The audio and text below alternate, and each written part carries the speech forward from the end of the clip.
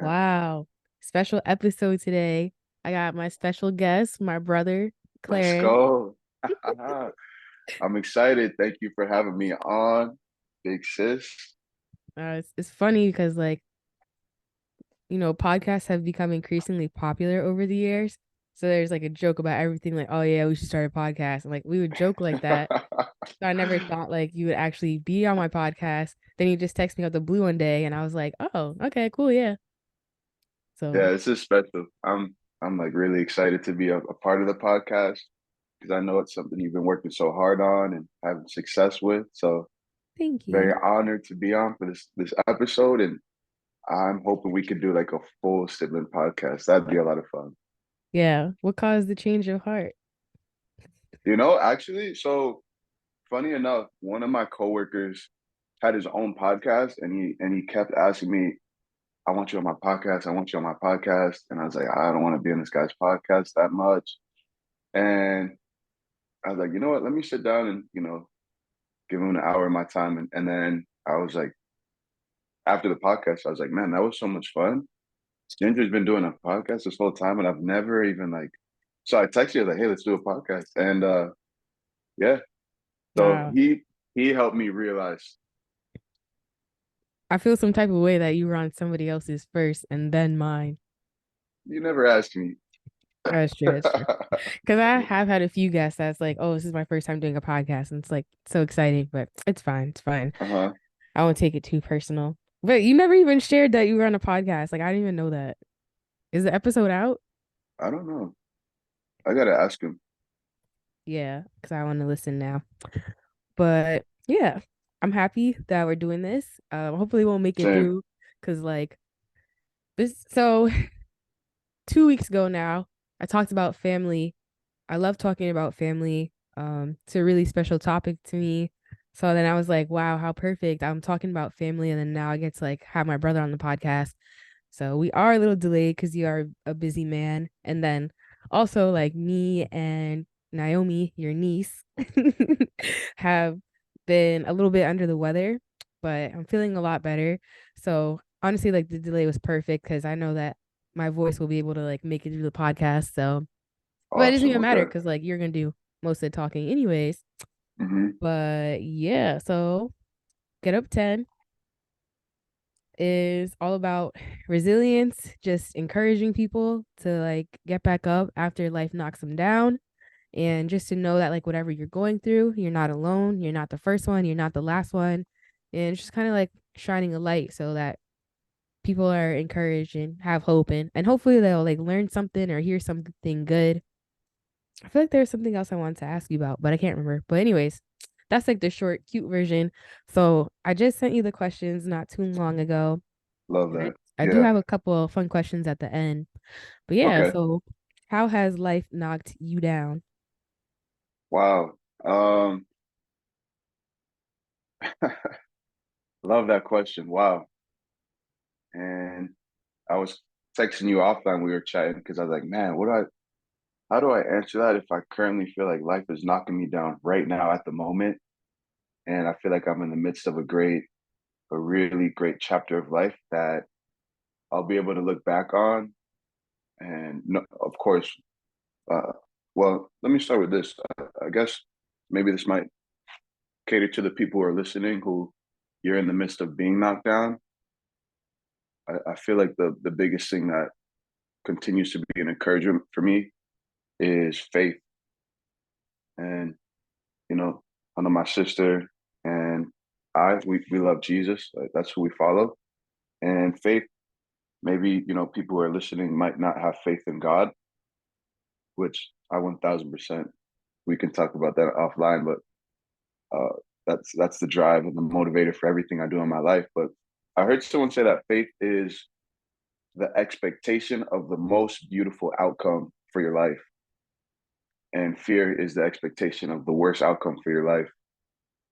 So I feel like in the midst of being knocked down in my life right now, there's a beauty because the Bible talks about how God works all things for good, to those who are called according to His purpose and those who love Him.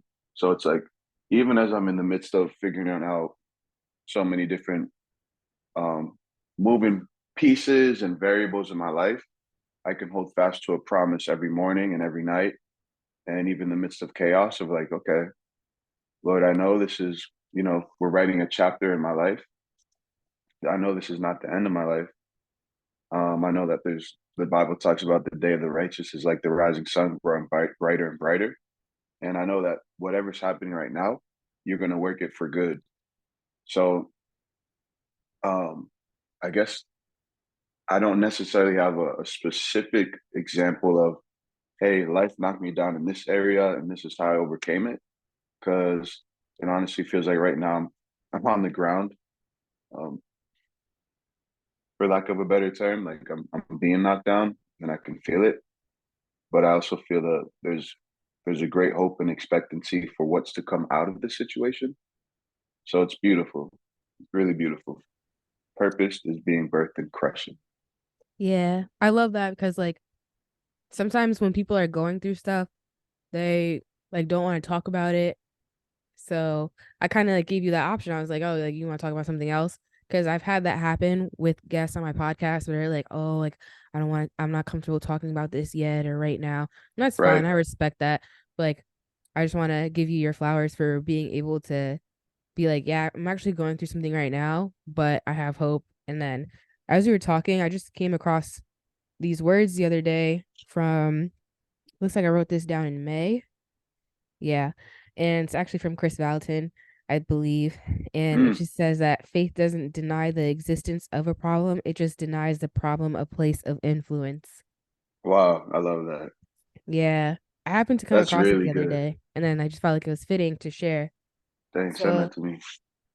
so, because you're like going through something right now, and Right. some things you're like depending on your faith, like how did your faith get so strong to the point where you're able to like say that so confidently? Like, can you walk us through your faith journey a little bit? Yeah, I would love to. Um,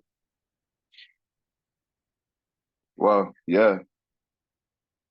I mean, in a nutshell, so we grew up in a Christian household, and you know, like every family, like our family has had its ups and downs. Like by no means are we perfect, but I feel like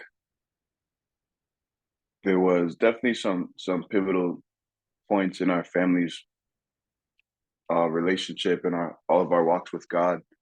But for me personally, I feel like that happened for me right around in high school, right around my junior year, and it's when I really started to take my walk with God serious. And I can say just throughout the years,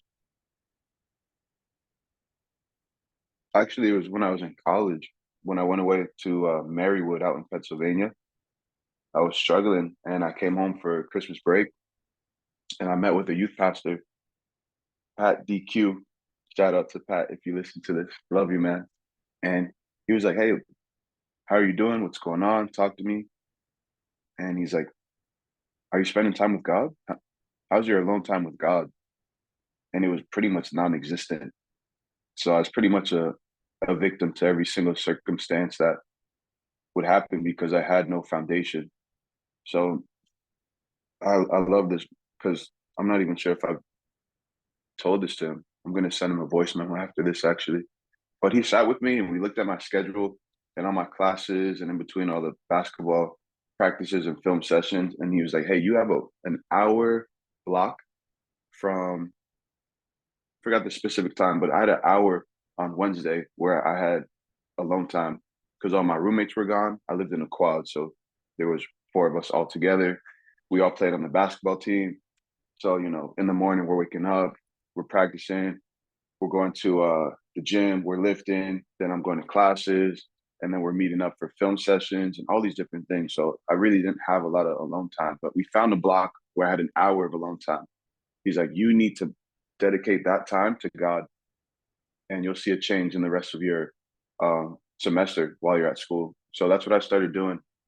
And funny enough, I would just read First Peter chapter 1 on repeat. But that was a pivotal moment for me on my walk with God because I realized the most important thing I could do in every single season of my life is dedicate time away from all the different activities and the noise of life, and always dedicate time to be alone with God. Because when you're alone with God, that's when you can hear His whisper. That's when you can get clarity. That's when you read His scripture, and the Word is living and active. It's sharper than any two-edged sword, and it's able to judge the thoughts and the intentions of your heart. It says it's piercing as far as bone and marrow. And when you get alone with God, that's when you can get His perspective on so many different circumstances and situations, and that's where you get your nourishment for your spirit. Because we're spirit, soul, and body, and you know it'd be like if I wanted to, as you guys might know, like I love fitness. It'd be silly for me to be like, hey, I want to compete in this bodybuilding competition, but then I like never worked out or I never tracked my meals. But sometimes we do the same thing with our actual like spiritual walk. It's like, hey, I want to be a better person. I want to be a better friend, better husband, all these different things. But you never take the time to actually develop the core of who you are. But that being said, at that moment with Pastor Pat really set me up to understand the importance of having time with God and building my life on the solid rock, which is Christ. So even now, years later, as there's a lot of moving variables and pieces in my life, it's like every single day I look forward to it because I know the first thing I'm going to do is spend time with God, and I'm going to be filled with hope and expectation, and feel His presence and be excited for life no matter what lies ahead.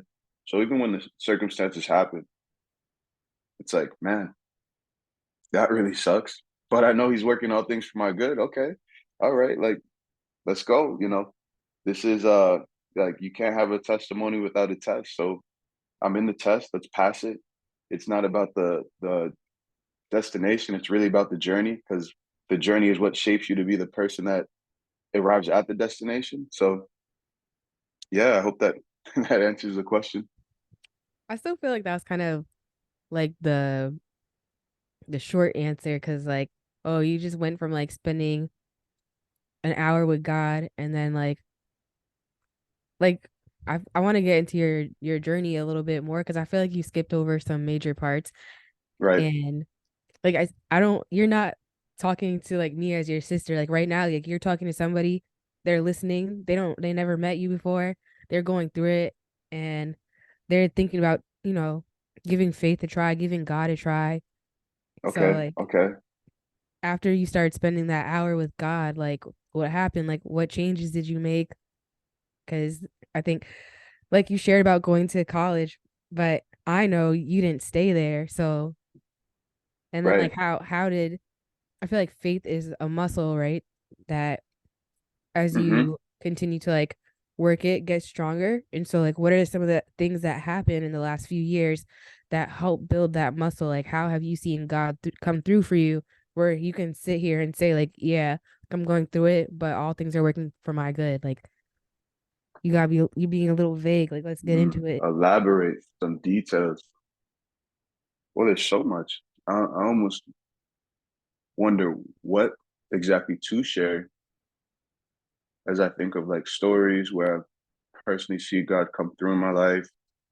Um, I guess I could share this. So, like for anyone who's listening, like I have a core belief that, I mean, for whoever's listening, like God loves you. That's the biggest thing. And then if you're listening to this, it's for a very specific reason.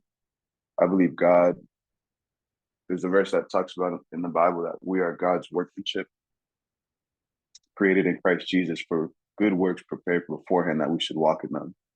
And so I believe every single person on this planet, every single person has a unique fingerprint, a unique eye print, a unique voice.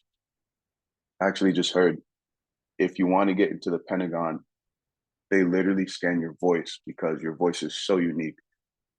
Just the way your vocal cords are formed. No one else sounds like you. Like you're unique and you are created with purpose. And that being said, the Bible talks about how and I'm just gonna paraphrase it, but and redirect me if I'm starting to go off course. But it talks about how your father, talking about God, when you seek him in private, like go in a room, shut the door behind you, find a space where you can just be alone with God and bear your heart before him. And your father who is in secret, meaning like when he sees the humility of heart for you to go and seek him when no one's there, he'll reward you in the open. And what's the reward in the open?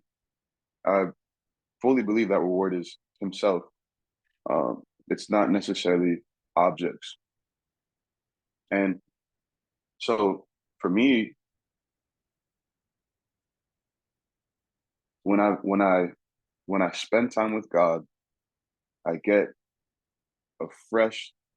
It's always a fresh strength to go about my day, to go about my task and my activities. And the reward is, for example, as I'm going through challenges right now, I can remember certain things that God has spoke to me, or I can look back at just words that I might have gotten from friends or, things that people have spoken into my life where I can recall those things to bring strength in the time of need. Um, it's, I'm trying to, I feel like this question can be answered so specifically, but it's also so vague. Like there's so many different ways you can come at it. And I'm not sure if you want like some examples or if you just want me to chat about, Yes, we want examples okay, an example of just God working things for good in your life. Yeah. in my life. I would say a really fun example was recently I so I was living out in Jacksonville, Florida for a little bit of time.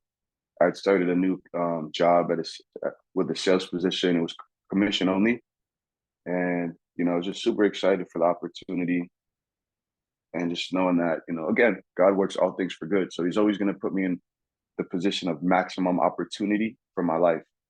And so I started out at this company, was doing really well. Got a financial advisor who was helping me put money away in different investments, and I was starting to sow seeds, and I was excited because one thing that my dad has really influenced me in, our dad, excuse me, is is you always want to leave an inheritance for your children's children, which is a biblical principle. So now I was in a spot where I was investing money that I would be able to see that go to my children's children. Like I'm building towards that vision. And, fast forward a couple years down the road, I was in a tight spot financially where I had, basically I owed the government some money for taxes. It kind of hit me out of nowhere. So I'm like, shoot, like I don't have that money on me right now. What am I gonna do with that? And I was I actually completely forgot I had this investment portfolio, which is kind of fun. And the person had texted me, so then I'm like, oh my gosh, let me see what's going on. And sure be it, the money I owed the government was the exact amount I had saved up in the investment portfolio. So I was able to use that money to pay it off. And that's just an example of honestly just God's kindness where I didn't even know what I was doing. Like I know I was building towards a specific vision, but God was working because he knew that this would come up and there would be a resource for me to make sure that I could pay this off. And that's just one example of many. But Okay. As you're talking, I want to cut you off. Like, mhm, I just like how, like, especially more recently, like, as I've really shifted my focus onto like building intimacy with God for myself. Cause, like, I feel like it's easy to just like go to church, like, meet God in corporate settings, but it's like different when you work on that relationship one on one. And so like when I'm close to God, I feel like there's just kind of like a constant conversation or like things that like I'll hear something here and then I'll hear something there and I'll just like see all Yeah. the connections. Like Mm-hmm. last night I was leading one of my small groups at church and we did talk about that verse that you said, which I believe it's in Ephesians, that like God has planned good works for us in advance. Ephesians 2:10. Yeah. And then the other thing, oh yeah, so we were talking about so we had this one question where we like read some scriptures about how like sin separates us from God and just how like different instances from the Old Testament where there was like sin involved and God had to like separate himself. And the question was like, why does sin separate us from God? And I Mm, noticed that like with my group of ladies, it was like we started to go into like, oh, because we're guilty, we're embarrassed, we're shameful. But I felt like what we missed was like, yeah, but also like God is pure, God is holy, like God is just. And then as I'm like listening to you, it's like, because after you talk about that heavy reality, like sin separates us from God, like God can have nothing to do with sin. We right. move on to the second part, which is just like Jesus paid the debt for us. Mm-hmm. And the whole point is that we're like living from the standpoint of like what Jesus has already done for us Yeah. and how like God is like rich in mercy, rich in kindness. And I think like that language always stands out to me because like as especially like as Americans, whatever, in this time of social media where we like see all these things flashed online, it's like when we talk about riches and wealth, we just assume it's like material or money. But like I love how the Bible talks about God being like rich in kindness, rich in mercy. And even like one of the ladies was sharing about how she reads the Old Testament and it's like a little bit startling to her, like all the violence and like all Mm-hmm. the laws and stuff. But I'm like, actually, like when you learn to read it in context, um, you see like some of those things is actually God's mercy. It's like God's kindness. And so I'm saying all this to say like I love that God is kind because he does like prepare things in advance. Sometimes he prepares us in advance. Yeah. Um somebody like brought up the ram in the thicket last night and Yeah. Yeah. Mm-hmm. my pastor our pastors also like talked about that a couple weeks ago, maybe like over the summer, how like at the same time that Abraham was it Abraham? Yeah. Mm-hmm. Abraham Abraham. was Yeah. going with like his one and only son, that ram was like already getting caught in the bush. So it's Wow. Yeah. like the provision was already in motion. The answer was already in motion. And I think that's like That's really good. the case so many times with us. It's like we're like, God, I need you to show up. God, I need help. God, I need an answer. And it's like the answer is already in motion. Like it's gonna meet you. And I think it's faith that like allows us to live from that Right. perspective. Yeah. That's so true. Love that.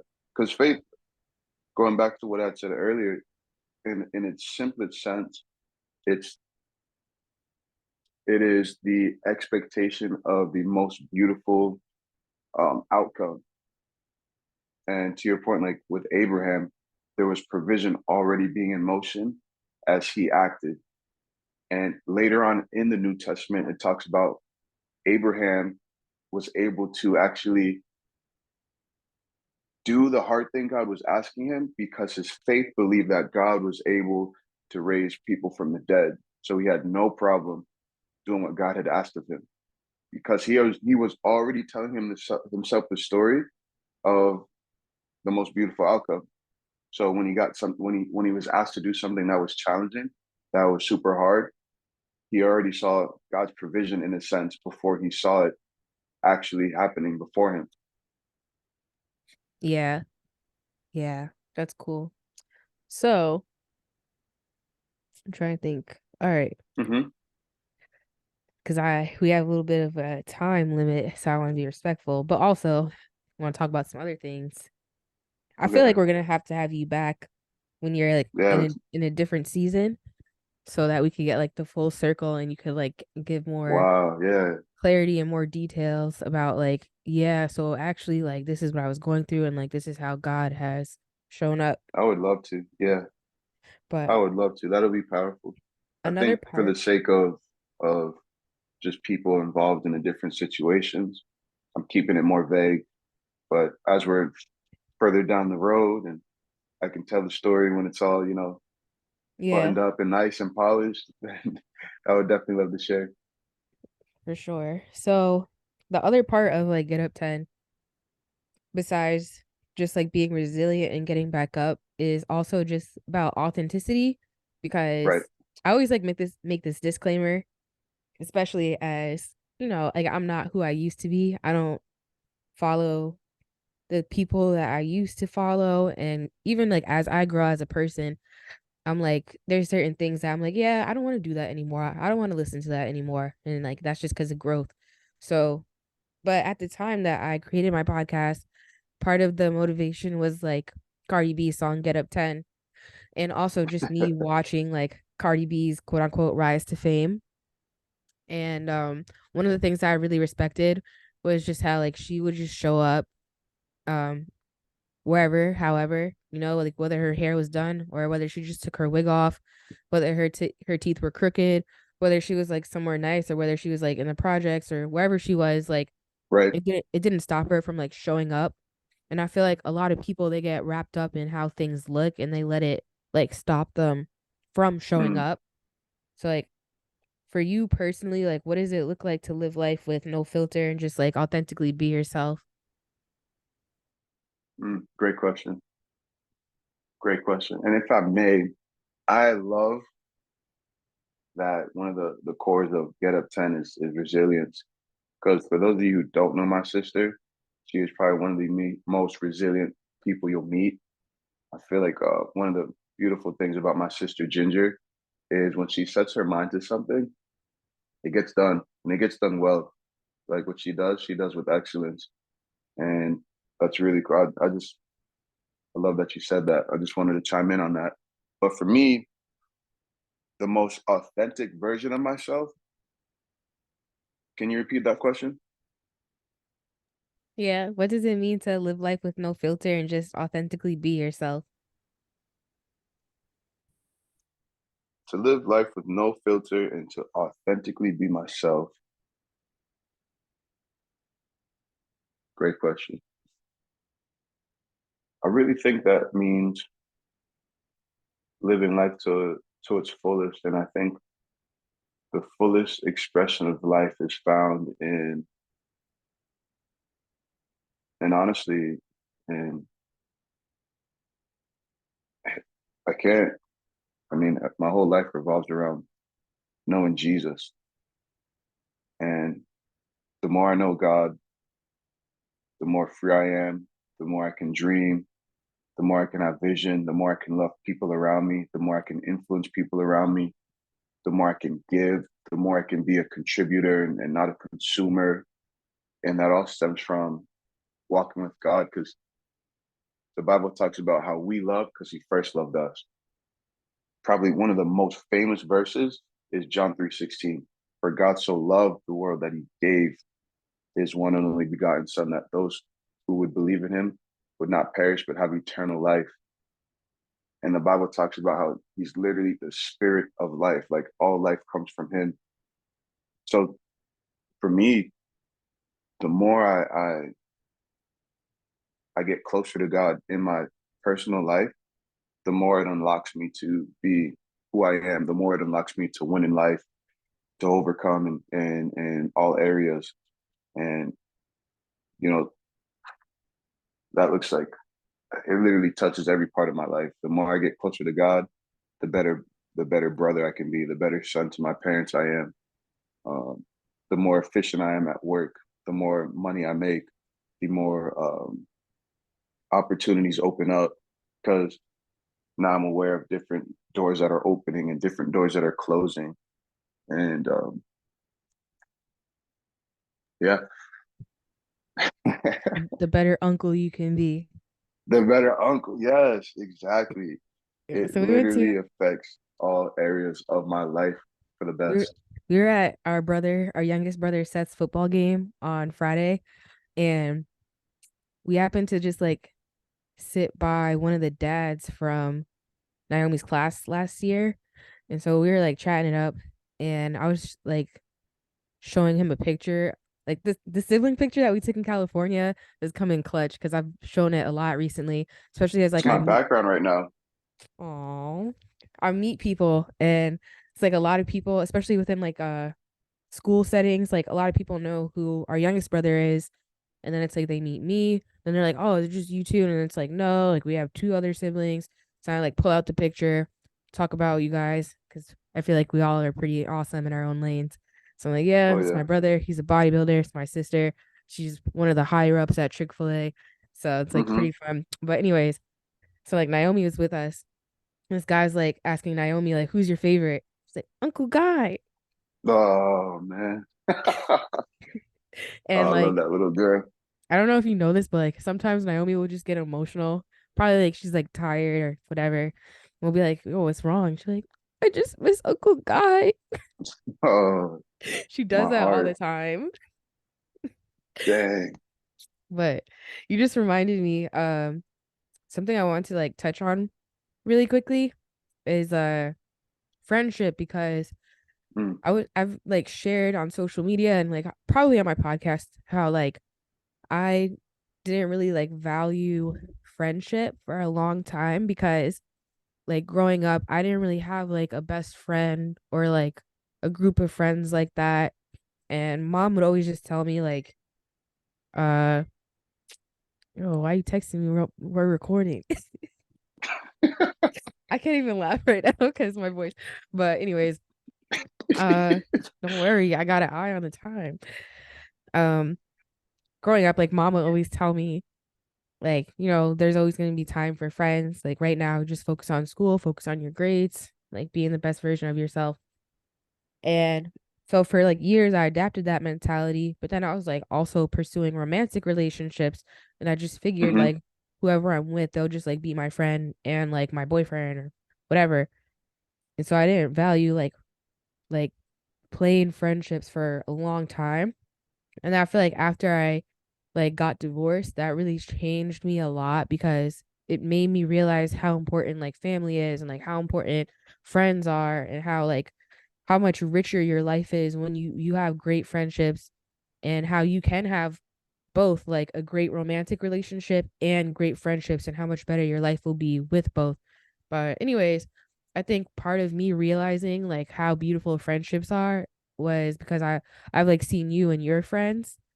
Mm-hmm. And so like before you were talking about how like when you're going through stuff, we'll like look back on a word from your friends. And so you have like really rich relationships, and could you just talk about like the importance of friendship as Wow. we like go through life? Yeah. Yeah, absolutely. I believe every single person was designed for community. Nobody was meant to live life alone or endure hardships alone or even endure victories alone. It is to be said that there is a beauty of like an integrous person. In order to have integrity, you do have to be able to make decisions when no one's watching. So there is an aspect of life that you do live alone where you make decisions without the influence of others necessarily. And I think one of the greatest things that a woman can have is healthy relationships in your family dynamic, right? Like I know, people are coming from different backgrounds where maybe you don't have your biological father or mother in your life, but if you do, those are two resources that were automatically built into your life. And I'm not saying that you have to have a perfect relationship with them, but I believe that God was very specific in where He placed every single person. If you have sisters, if you have brothers, like that's your bloodline. It's not like every single person you meet is a part of your bloodline. There's specific people that are like just automatically built into your life that you can connect with. And I mean, again, life has changed, but there's still that core value of family over everything. Like before you have other relationships, take care of your family because your family is your own flesh in a sense. And then if you can, I've been blessed with having a core circle of really tight knit friends where we've been able to speak into each other's life. We all know each other. We know our gifts. We know our strengths. We know our weaknesses. We know, we just know everything about each other. So we can lean on each other in times where, you know, one of us is not doing so well. And then we can lean on, you know, my friend's strength over here. Cause I know in this area, I'm really weak and I struggle, but I know he's really strong and he's really gifted. And so we can pull each other up because a chain is only as strong as its weakest link. But that's the beauty of community is there really are no weak links when you're walking in a community because people are able to cover you in your weakness and people are able to hold you accountable and people are able to speak into you and grow you. And I think that's just one of the riches and the beauty of life is no one should do it alone because we're surrounded by so many beautiful people with so many different stories. And it's a beautiful thing when two people meet, or not even two. I'm not even talking about like a romantic relationship, just in general. Like when two people can connect and form a bond, and three and four and five, and you can create a family, create a tribe, and you guys are able to just, excuse me, you guys are able to just walk through life. And it's not like whatever you're going through in life, you know, you have each other's back for the remainder of life. So it's not a relationship that's built off of circumstance. It's a relationship that's built off of like, hey, we're in this for the long haul. Like, let's grow, let's build, let's love each other, let's have fun, let's uh, let's go hard and crush it in all areas of life. Um, so yeah, the beauty of friendship, relationship, and family. It's one of the best things. Yeah, that's good. Um, yeah, I just really want to like share that because like I said, like family is really important to me. Like good relationships are really important to me. And so it's like every time I get an opportunity to like put it out into the atmosphere that like, good people are out there, healthy relationships exist, good Oh friendships yeah. exist. Like I always want to take that opportunity. Um, and like, because I know a lot of people have suffered a lot of hurt because of other people, but I don't Mm-hmm. want that to like let them stop hoping for like good relationships. Like sometimes you got to fix yourself to get good Yep. relationships, but they're out there and just like lately the thought on my heart has been that like I hope like hopefully I say this right. Like every David finds their Jonathan and Mm. every like Naomi finds her Ruth. Yeah. My Yeah. goodness. Yeah, maybe I need to post that. Yeah. But all right. And To man, wrap it if we up. had more time, yeah, even Yeah. I would love to hear your thoughts on like Esther and that whole story. You know, for such a Yeah, time yeah. as this, and Another Ruth and them. episode. Yeah, my goodness. Okay, wrap it up with some quick questions. Um, Hmm. I like to travel, so and you like to travel too. So like if you Hmm. could go anywhere in the world right now, like where would you go?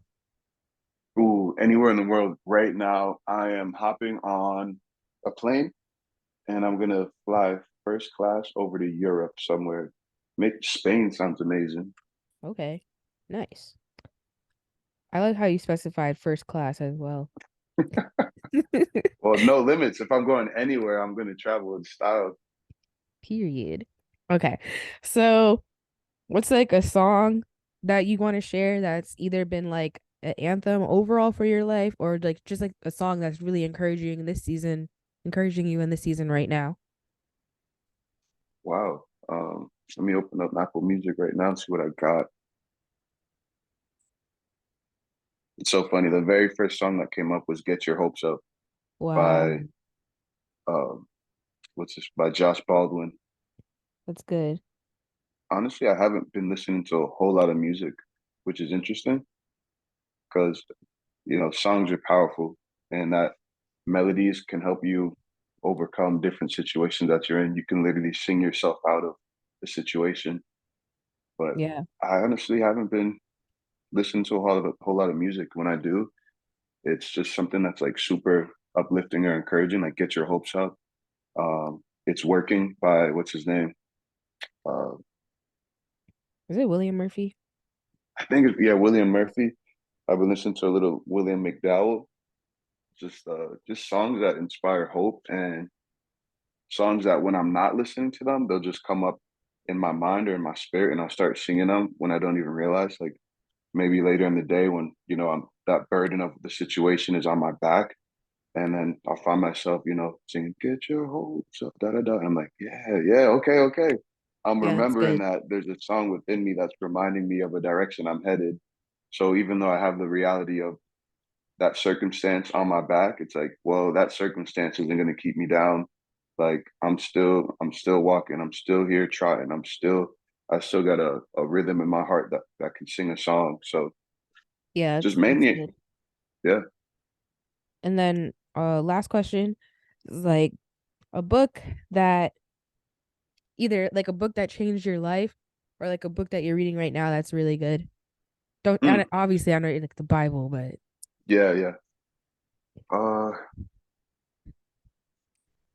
so I'm actually doing audiobooks right now. I have a couple books in my right now. I'm listening to Think and Grow Rich, which has been really cool. And then I'm reading Maximize the Manhood. It's a book that my dad, my brother, and I are reading that we're gonna go through together. And let me see, because there's a lot of good books. Holy God. Yeah, I guess those two right now have been like the main books outside of the Bible. okay, cool. Okay. Well, any last words? Uh my last words would just have to be I don't know. I'm super excited, really glad that I was able to hop on your podcast because I know it's something that you take such pride in. Like for those of you who don't know Ginger, it's like everyone in the family knows like when Ginger's on her podcast, like be quiet, don't make any noise, don't like don't be knocking on her door, don't be texting her, don't be calling her because she's in the lab. So to be a part of something that she takes so much pride in, it feels really, really amazing. And I just I love what you're doing, Ginger. I love seeing you chase your dreams. And I don't even want to see like chase dream because it's not like those dreams aren't far. Like you're literally walking in them and you literally get to seeing the fruition of all these things that you saw inside, in your heart. You're getting to walk in them. So just super proud of you. And I would love to do this again sometime with the siblings. I can't wait to be home for the holidays to be around you guys. And for all those who are listening, if you haven't got her book, what are you doing? If you haven't listened to the other podcast, you got some homework to do. And I'll end with this. It's actually a verse. Maybe you should change the podcast to Get Up Seven. But you Yes. made me think of it's I already Proverbs in the know. book of Proverbs. Yep, it says. Well, I want to pull it up because I want to read it word for word. Maybe you've already shared this on your podcast. I don't know. Have you? Probably. Yeah, Not in a it's while a though. proverb. Here we are. I just had it open and I closed my Bible. You're next level Oh, here because it is. search on the Bible app. All right, you got it. Proverb 24, chapter 24, verse 16. It says, "For a righteous man falls 7 times and rises again, but the wicked stumble in time of calamity." And so I want to end with this. No matter how many times you get knocked down, that's all right. Just get up one more time and make sure that you have people that can instill hope in you. Make sure that you have faith in a really big God who's bigger than all your circumstances, that's going to bring you through and work all things for your good. And no, this is not the end, but it's just the beginning. Because if it was the end, then it'd be really good because he's working all things for your good. So I'll end with that.